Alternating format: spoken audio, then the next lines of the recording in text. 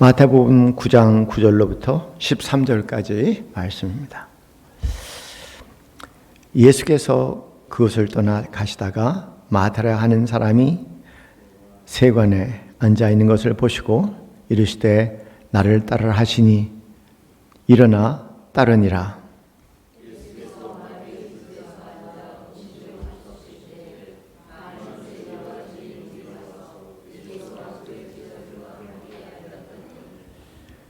바리새인들이 보고 그의 제자들에게 이르되 어찌하여 너희 선생님은 세리와 죄인들과 함께 잡수시느냐.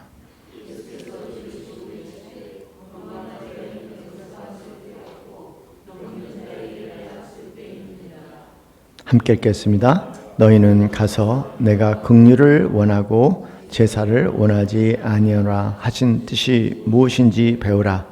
나이는 의인을 부러운 것이 아니요 죄인을 부르러 왔노라 하시니라. 아멘.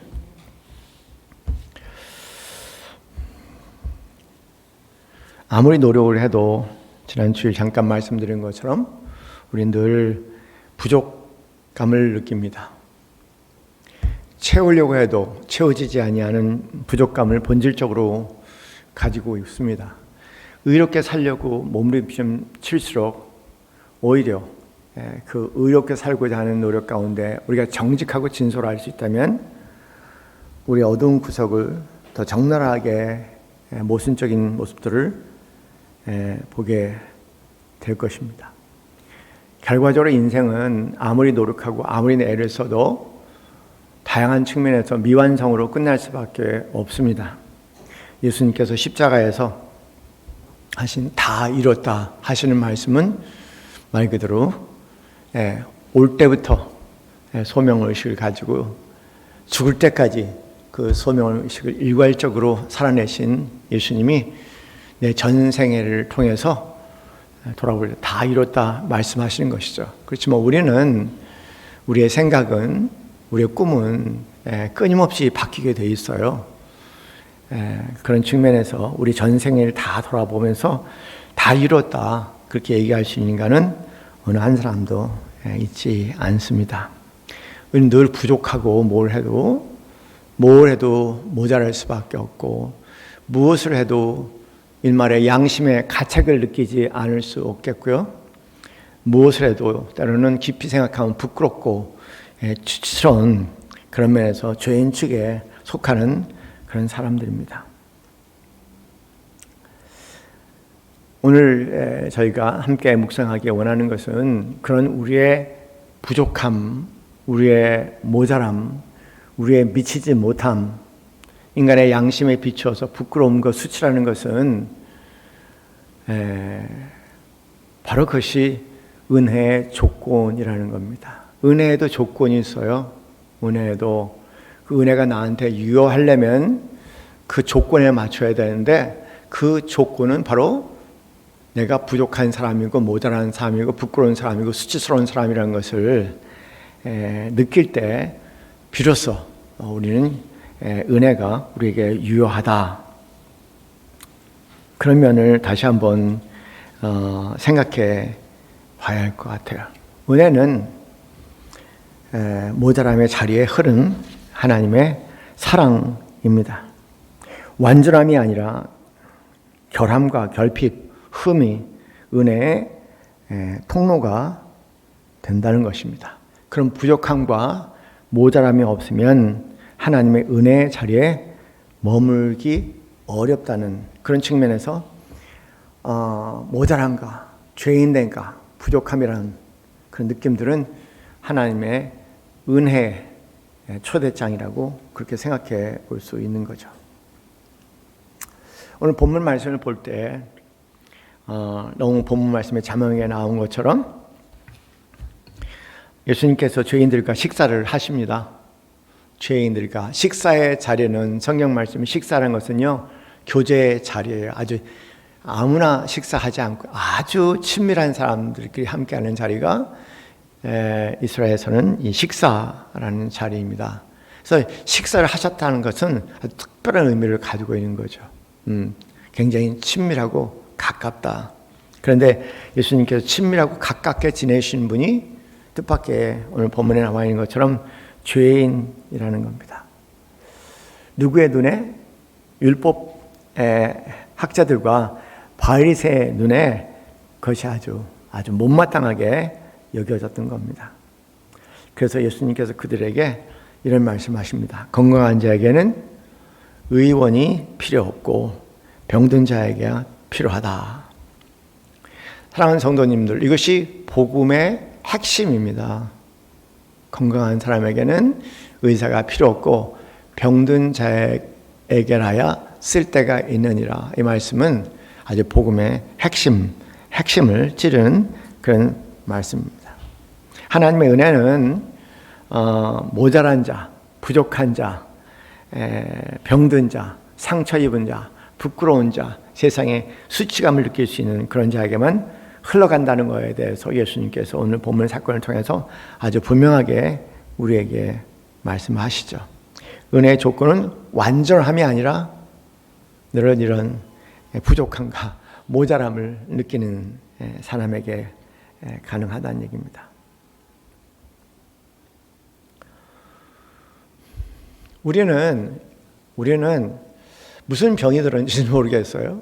아마 에덴 동산에 아담과 하와가 큰 죄를 짓고 본질적으로 뭔가 나에게 잘못되어 있다, 나한테 부족함과 모자람이 있다는 것을 인식하면서 그런 부족함과 모자람을 채우려고 완벽주의적으로 애를 쓰고 있는 그런 모습을 우리는 여전히 갖고 있는 것 같아요. 그래서 우리는 어떻게든지 다양한 방법으로 우리의 부족함과 모자람을 메꾸려고 굉장히 애를 씁니다. 그러나 예수님은 오히려 그런 모자람을 보시고 그 모자람을 환대하시는 참 특이한 분이세요. 정말 인간의 생각으로는 헤아릴 수 없는 참 특별한 분입니다. 이 모자람의 한가운데 식사에 보면은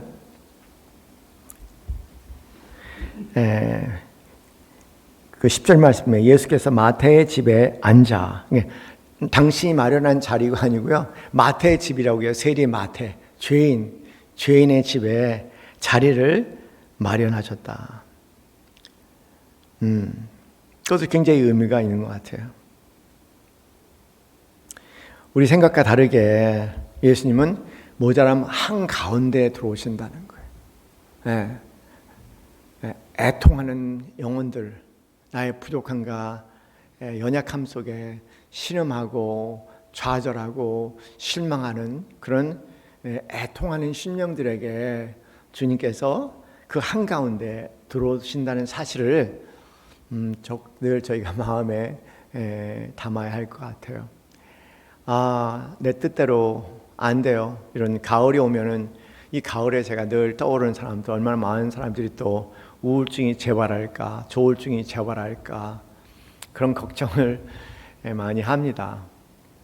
본인들처럼 그런 아픔에서 자유하고 싶은 사람은 아마 없을 거예요. 그럼에도 불구하고 우리는 그런 모습을 볼 때 굉장히 답답해하고 정죄할 수 있지만 예수님 오히려 그 자리에 들어오신다는 것, 사랑하는 성도님들 늘 기억하셨으면 좋겠어요. 내가 감추고 싶고 내가 은폐하고 싶은 그 자리에 예수님은 늘 자리에 들어오신다. 그래서 병든 자들과 또 세리와 그리고 창기와 버려진 자들과 예수님은 함께 하셨습니다. 그들의 결핍을 꾸짖지 않으셨어요. 그렇죠? 그들의 결핍, 그들의 모자람, 그들의 죄인된 모습, 그런 것들을 성경을 보면 어느 한 곳에서도 꾸짖지 않으신다는 사실도 참 놀라운 사건인 것 같아요. 우리의 성경하고는 너무 다르죠? 그런 측면에서 정말 달라요.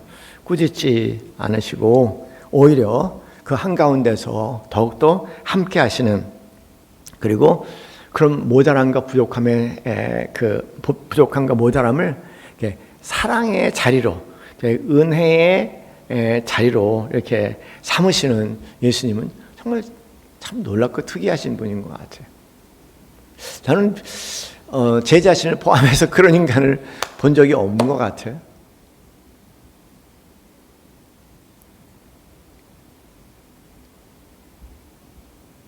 예수님은 우리 인간들처럼 흠이 없는 세상을 찾지 않으셨고요.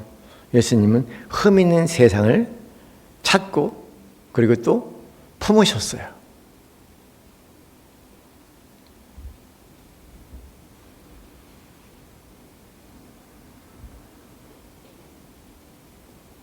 오늘 본 말씀에 건강한 자에게는 의원이 필요 없다.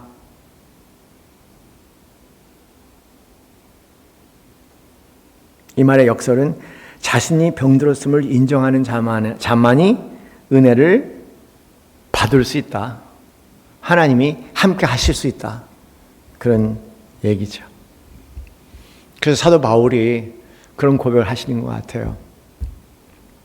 뭔지는 모르겠어요. 그분에게 해결하고 싶은 갈망이 있는 것 같아요. 사탄의 가시라고 얘기하니까 전 단지 물리적인 문제는 아니라고 생각합니다. 아마 젊었을 때, 예수님을 몰랐을 때 가졌던 많은 그런 잘못된 습관들이 분명히 있을 것 같아요. 여러분, 그 당시에, 예수님 당시에 문화적인 배경을 생각을 한다면은 그냥 오늘 현대판으로 보면은 그 옛날이거든요. 그냥 음란의 사회입니다. 무슨 내용을 말씀하시는지 모르겠지만 굉장히 괴롭고 힘들었나 봐요. 그래서 그것이 없어지기를 간절히 기도합니다. 그렇지만은 오히려 주님께서 그 사도 바울에게 오셔서 그런 말씀 하지 않습니까? 내 은혜가 내게 족하다. 내 은혜가 내게 족하다. 내 능력은 약한 데서 오히려 온전해진다고 말씀하세요. 굉장히 신비로운 말씀입니다. 그렇죠? 내 은혜가 내게 족하다 말씀하시면 내 능력은 약한 데서 온전해짐이라. 얘긴 거꾸로 얘기하면은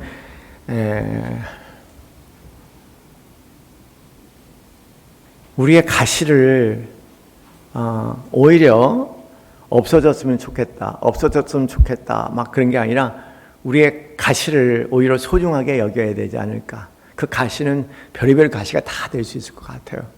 내가 사도 바울처럼 제거하고 싶은 내 삶의 하나의 부끄러움과 수치가 될 수 있는, 모자람이 될 수 있는 그거 있잖아요. 그런 것들을 이제 총칭해서 우리가 생각해 볼 수 있는 것 같아요. 그것들을 제거해버리고 없애버려야 할 것이 아니라 그것에 눈을 열고 오히려 품자, 그런 얘기입니다. 그걸 품자. 그걸 품자. 나의 부끄러움과 수치스러움과 부족함을 오히려 품고 보다듬으면서 항상 예수님의 은혜의 자리로 우리 자신을 인도를 해야 될 것을 말씀하시죠.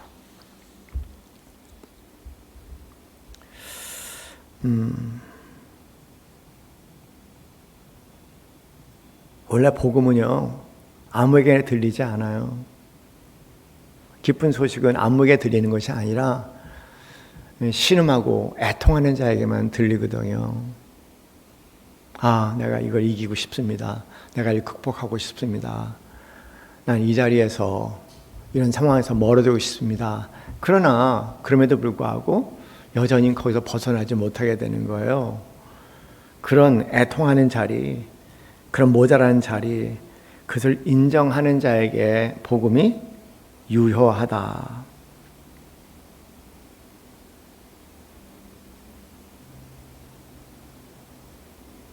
그렇게 말씀을 하십니다. 우리 삶을 돌아보면서 그랬으면 좋겠어요.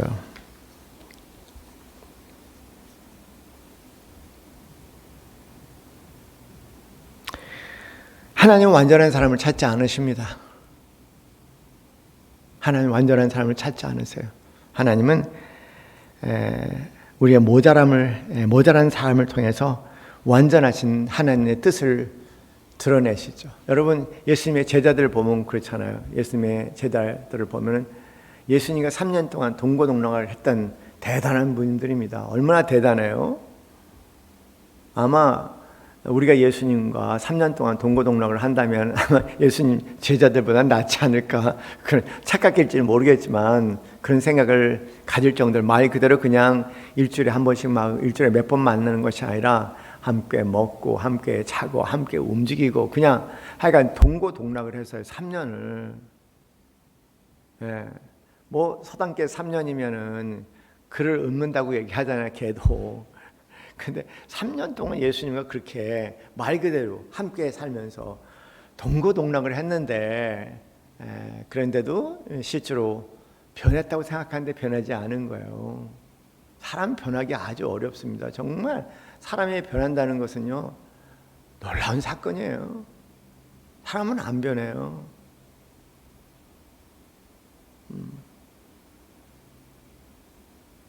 제가 가끔가다 목회를 하다가 이렇게 절망감을 느낄 때가 있어요. 그리고 우리 목사님들하고 얘기하다 보면 그분도 절망감을 느끼신데 뭐냐면, 왜 성도님들이 안 바뀌나, 그렇게 열심히 설교를 해도. 그래서 제가 나도 그런 말에 동참을 할 수 있다. 그런데 그보다 조금 더 왜 나는 안 바뀌어지나 하는 생각을 해본다면, 왜 나를 안 바뀌어지나, 내가 왜 안 바뀌어지나 안 바뀌어지나를 생각해 본다면 왜 그분들이 바뀌어지지 않나를 생각해 볼 수 있지 않냐. 나는 말씀을 준비하고 그 열심히 설교를 하는데 그 말씀에 나도 안 바꿔지는데, 그 말씀을 듣는 한 달이 걷는 성도님들이 바뀔 것을 기대하는 것은 좀 너무 오버하는 게 아니냐, 그런 얘기했더니 다 동의를 하더라고요. 인간은 바뀌기를 원치 않아요. 말 그대로 옛날에 우리 초창기에 이제 김한성 목사라는 목사가 있었지 않습니까? 근데 이제 그 집 아들이 아토피로 굉장히 고생을 많이 했어요. 말 그대로 진물이 질질질 몸에 다 흘러. 그래갖고 막 붕대로 감아주고 아침에 이걸 풀러주려면요, 다 붕대가 진물로 이렇게 굳어져갖고 그걸 떼어내려면 막 소리를 지르고 울고 난리예요. 그래서 이제 생각을 한 거죠. 우리가 지방으로 가는 게 좋겠다. 지방으로 가는 게 좋겠다. 그렇게 얘기를 했지만 결과적으로 지방으로 못 가요.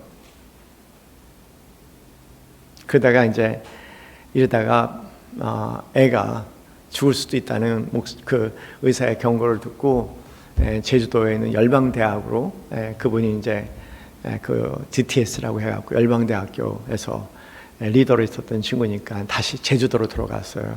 그 제주도에서 이제 이 그 왜 초가 같은 그런 집을 얻어서 거기서 그 5년을 살았거든요. 5년을 사는데 제가 1년에 한 번씩 내려가니까 볼 때마다 아이가 정말 좋아지더라고요. 그런데 아무리 알아도 그거 옮기는 게 그렇게 힘들어요. 아무리 알아도 바뀌는 게 힘듭니다.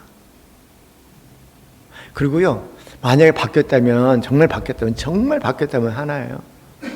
하나님의 은혜, 십자가의 능력이 임했기 때문에 바뀐 거다. 저는 그렇게 생각합니다. 그 외에는 저도 제 나름 제 직업 자체가, 제가 하는 일 자체가 사람을 치료하는 거잖아요.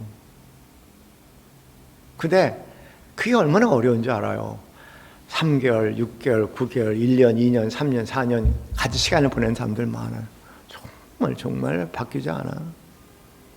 근데 어느 날 바뀐 사건을 보면은 그럴 만한 이유가 있는데, 기독교인 같은 공통적으로 나타나는 게 뭐냐면 뭔지 모르게 희학이나 십자가의 은혜와 십자가의 능력을 경험한 사건이에요, 다.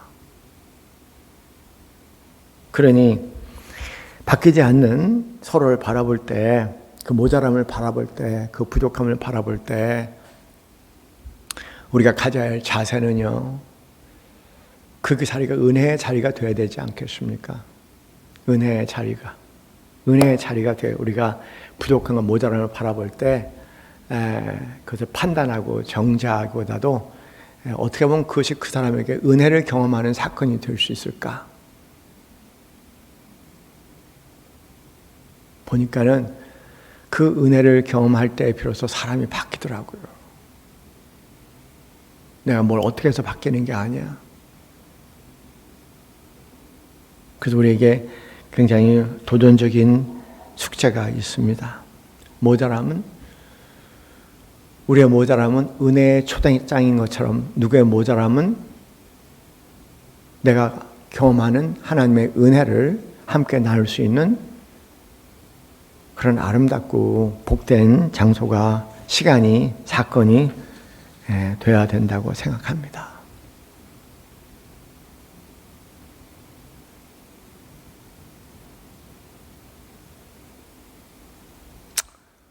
이 말을 하면서도 마음의 부담이 굉장히 많아요. 분명히 못 살 것 같으니까. 이 설교하면서도 마음에 짐이 많아요. 이걸 말해야 될까 말아야 될까. 그러나 내 문제가 아니라 성경이 그렇게 얘기하니까 그렇게 살든 못 살든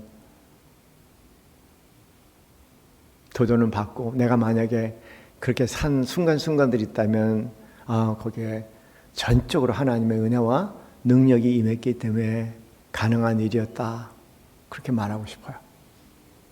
내 의지와 성정으로는 불가능한 일입니다. 정말 불가능해요.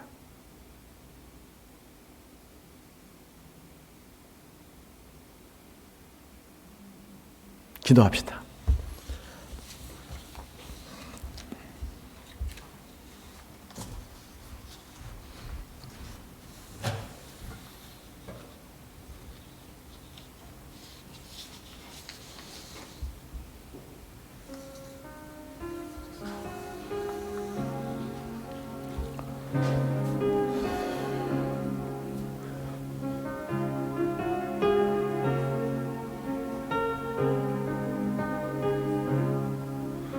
하나님, 제일 먼저 내 자신과 인내하게 하옵소서. 십자가의 넓은 사랑과 관용 속에 나의 부족함과 나의 모자람과 나의 형편없음을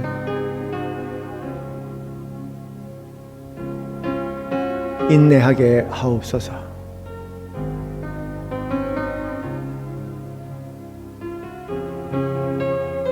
그런 나의 모습들을 십자가 앞으로 인도하는, 십자가의 그늘 아래 인도할 수 있는 참으로 복음의 사람들이 되게 하옵소서.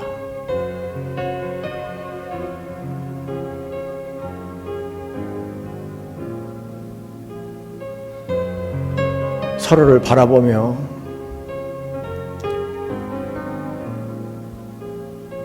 여전히 부족함이 눈에 보이고 모자람이 눈에 보일 때 십자가의 은혜와 능력이 임해야지만 그 변화가 가능하다는 것을 인식하며 내가 십자가가 되어서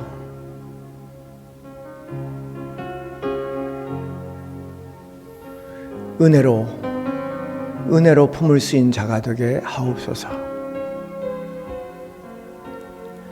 은혜는 삶의 감동입니다.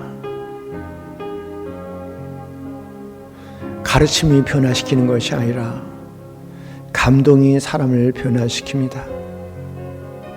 감동할 때 스스로 변화합니다. 나는 내 자신도 변화시킬 수 없는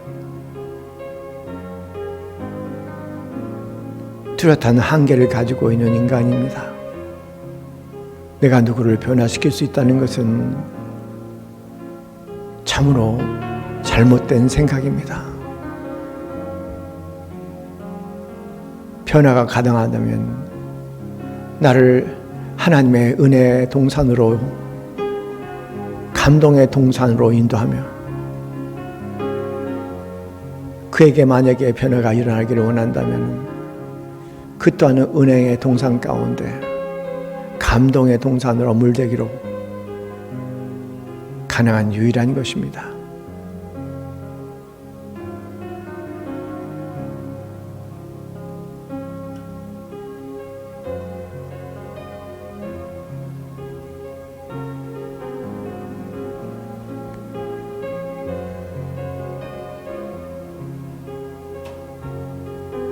주님, 이 시간 우리가 이렇게 기도하면서도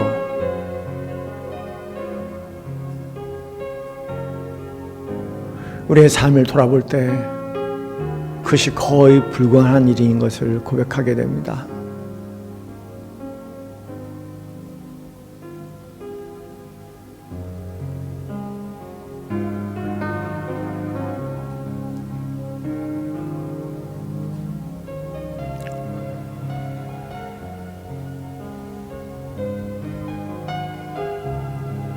그래서 우리 안에 깊은 탄식의 소리가 있습니다.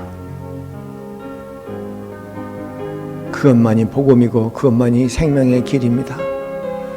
그것만이 치유와 변화를 일으킬 수 있는 유일한 길입니다.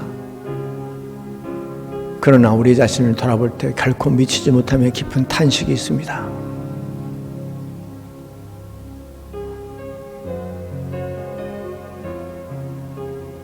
오 하나님, 하나님, 하나님, 하나님, 오 하나님,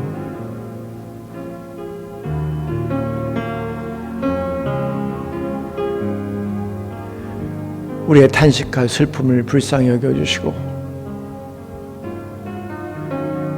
나 너 우리 모두를 살리는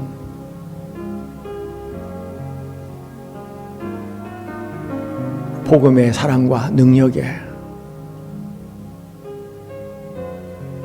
길로 인도하여 주시옵소서.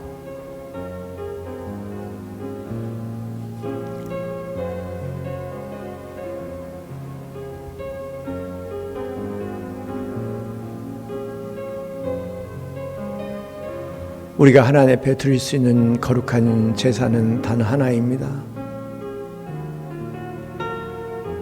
나의 진정성과 진실성밖에 없습니다. 그리고 우리 주 예수 그리스도의 십자가의 죽으심, 주님께 드릴 수 있는 유일한 두 가지 제물입니다.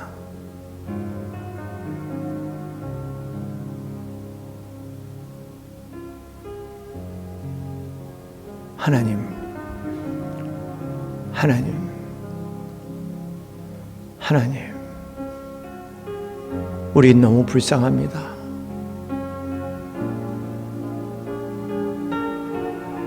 우린 너무 불쌍합니다.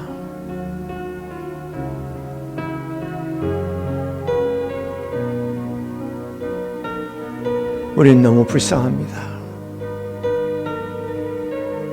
우린 너무 불쌍하지 않습니까? 우린 너무 불쌍합니다.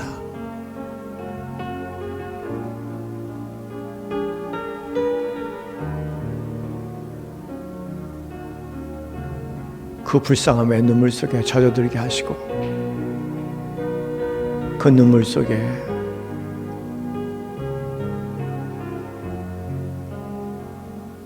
하나님의 은혜가 영롱하게 빛나는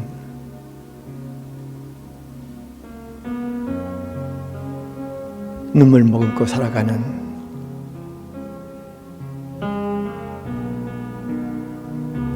복음의 빛에 영롱하게 빛나는 눈물이 되게 하여 주옵소서.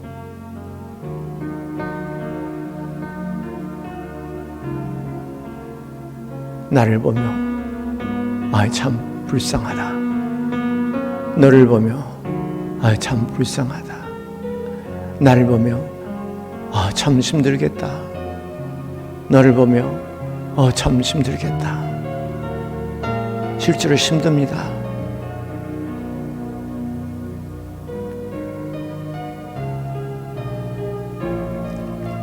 그 눈물의 진정성 속에 주님을 초대합니다. 십자가를 초대합니다. 십자가의 능력을 초대합니다.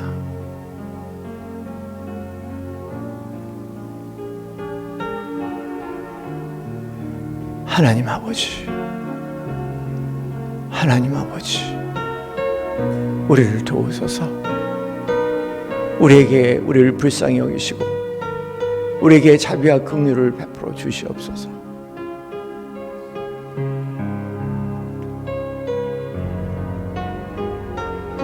주님밖에 없음을 알게 하옵소서.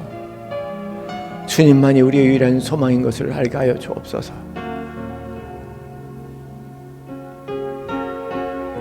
사도 바울의 고백처럼 우리도 그 대열에 동참하기를 원합니다.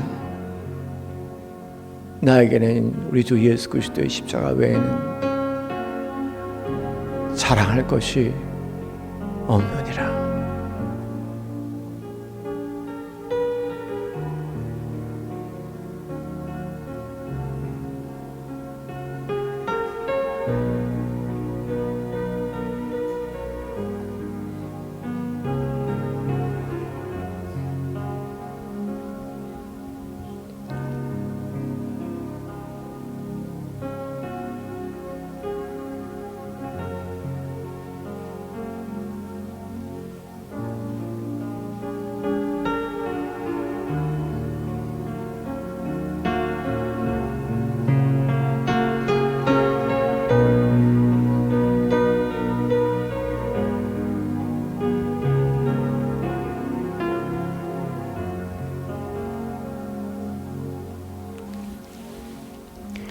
이제는 우리 주 예수 그리스도의 그 크신 은혜와 하나님 아버지의 말로 형용할 수 없는 사랑과